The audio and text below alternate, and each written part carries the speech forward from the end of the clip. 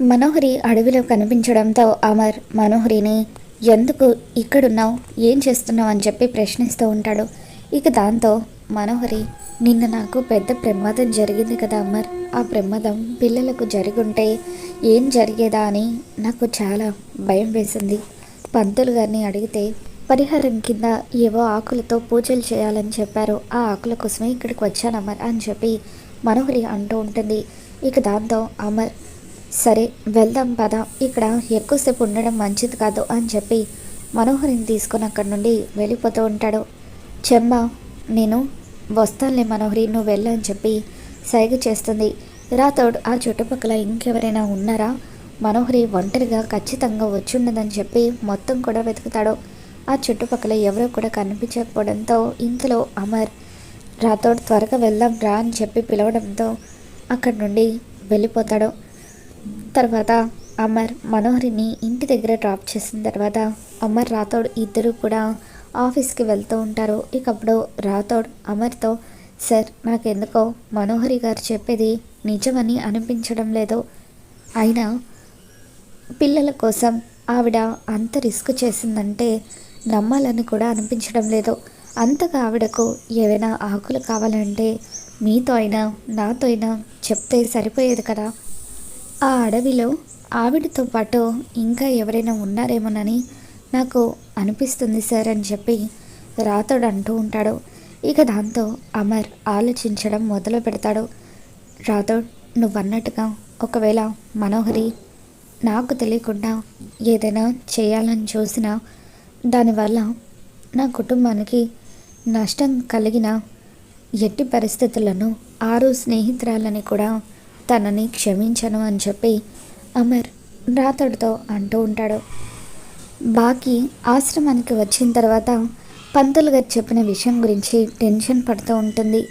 ఇకప్పుడు కరుణ బాగీతో, ఏంటే ఏం ఆలోచిస్తున్నావు, ఆ పంతులు చెప్పింది ఇంకా ఆలోచిస్తున్నావా, నాకెందుకో వాడిని చూస్తూ ఉంటేనే దొంగ పంతులని చాలా అనుమానంగా ఉంది, వాడు మనోహరి మనిషే, మనోహరికి అమ్ముడు పోయి కావాలని నీతో ఇలా గేమ్స్ ఆడుతున్నాడు, పాపకు ప్రమాదం అయితే ఇప్పటి వరకు పాప ఎన్నోసార్లు ఆ ఇంటికి వెళ్ళింది, అయినా సరే పాపకు ఎటువంటి ప్రమాదం జరగలేదు కదా, మరి ఇంకెందుకే నువ్వు ఆలోచిస్తున్నావో, త్వరగా మీ ఇంటికి వెళ్ళిపో, పాపకు కుటుంబాన్ని దూరం చేయకు అని చెప్పి అంటూ ఉంటే, లేదే నాకెందుకో చాలా కంగారుగా ఉంది, ఎట్టి పరిస్థితుల్లోనూ బుజ్జమ్మకు ఏమీ కాకూడదు, బుజ్జమ్మ నా ప్రాణం, తనకు ఏమైనా నేను తట్టుకోలేను, ఇంకొక్క రోజు నేను అబ్జర్వ్ చేస్తాను,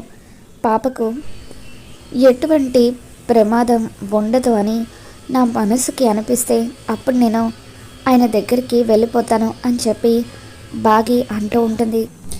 ఇంతలో బుజ్జమ్మ స్కూల్ నుండి వచ్చేస్తుంది. అమ్మ, నీతో ఒక విషయం చెప్పాలమ్మా, రేపు రిపబ్లిక్ డే కదా, మా స్కూల్లో చాలా ప్రోగ్రామ్స్ ఉన్నాయి, నువ్వు కూడా ఖచ్చితంగా మా స్కూల్కి రావాలమ్మా, నువ్వుంటే నేను అన్ని గేమ్స్లో కూడా పార్టిసిపేట్ చేసి ఖచ్చితంగా గెలుస్తాను అని చెప్పి అంటూ ఉంటే, ఇకప్పుడు బాగి ఆలోచిస్తూ ఉంటుంది.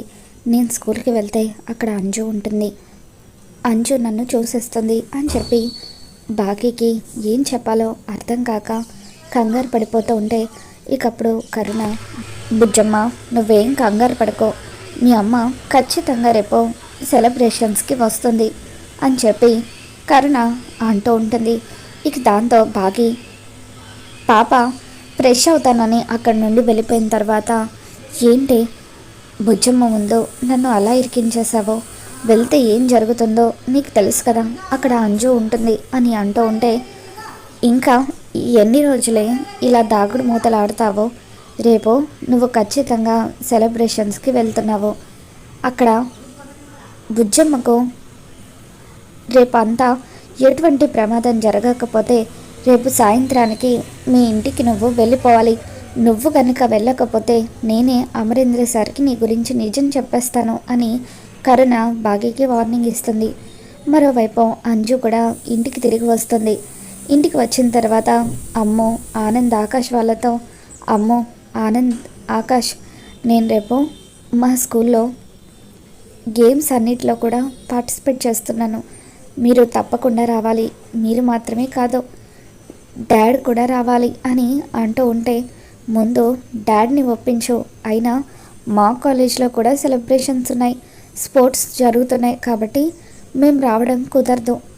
కావాలంటే డాడ్ని ఒప్పించి తీసుకువెళ్ళు అని చెప్పి వాళ్ళు అంటూ ఉంటారు.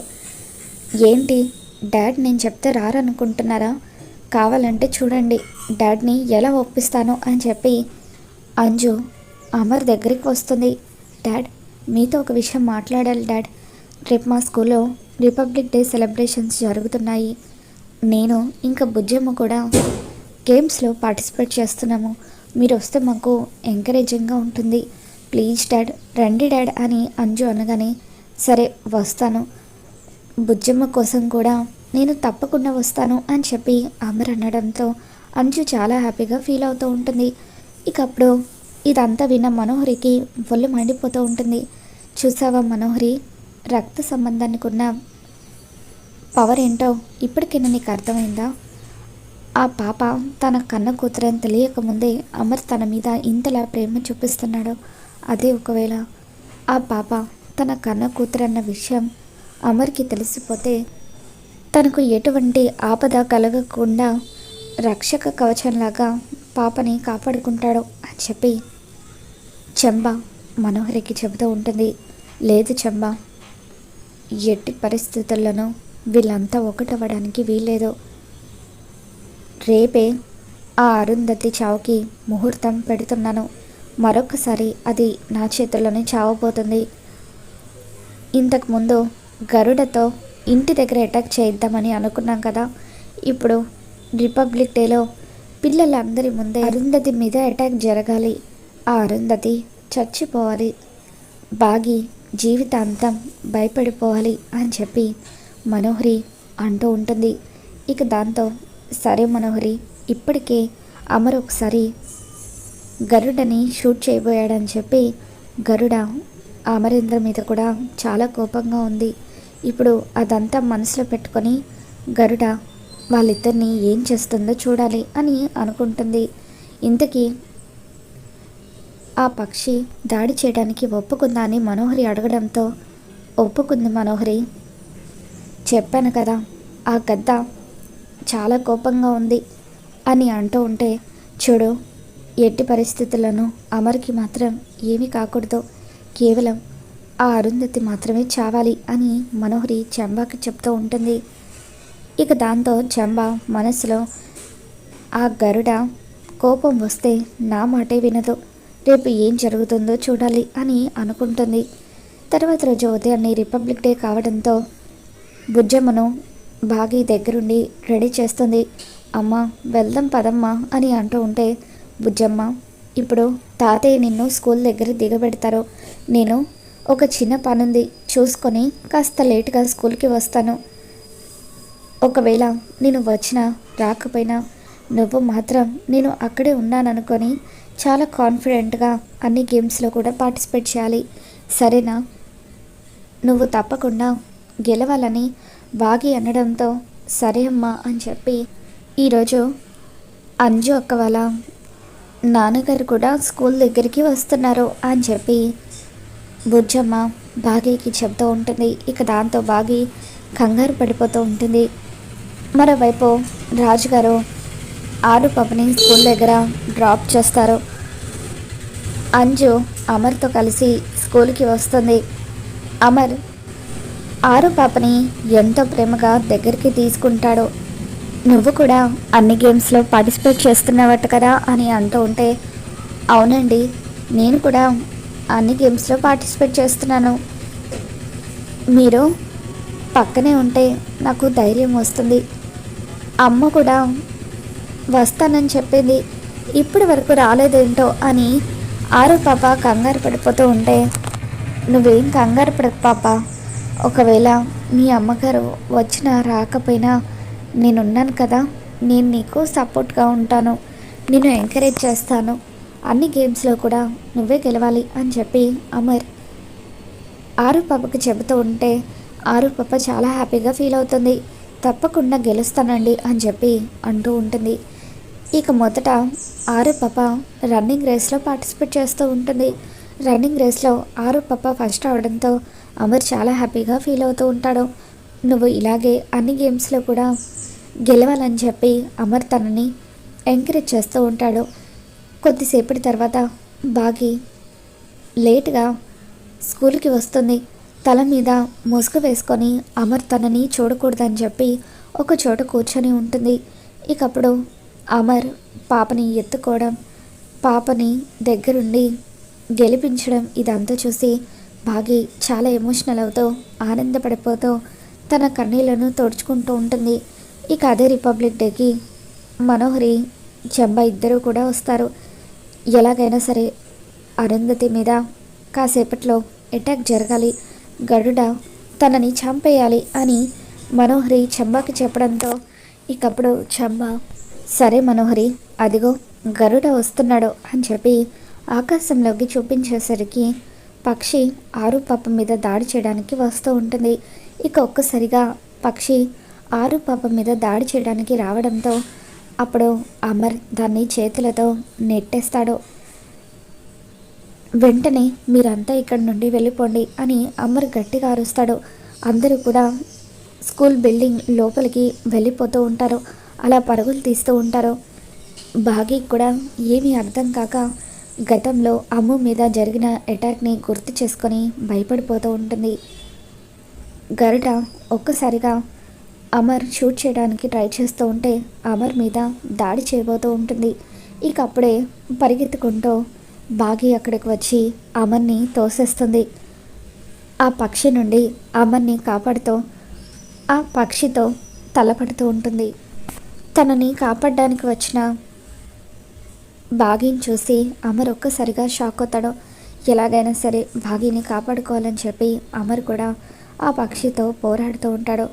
ఇక వెంటనే గన్తో ఆ పక్షిని షూట్ చేయడంతో అది చచ్చిపోతుంది.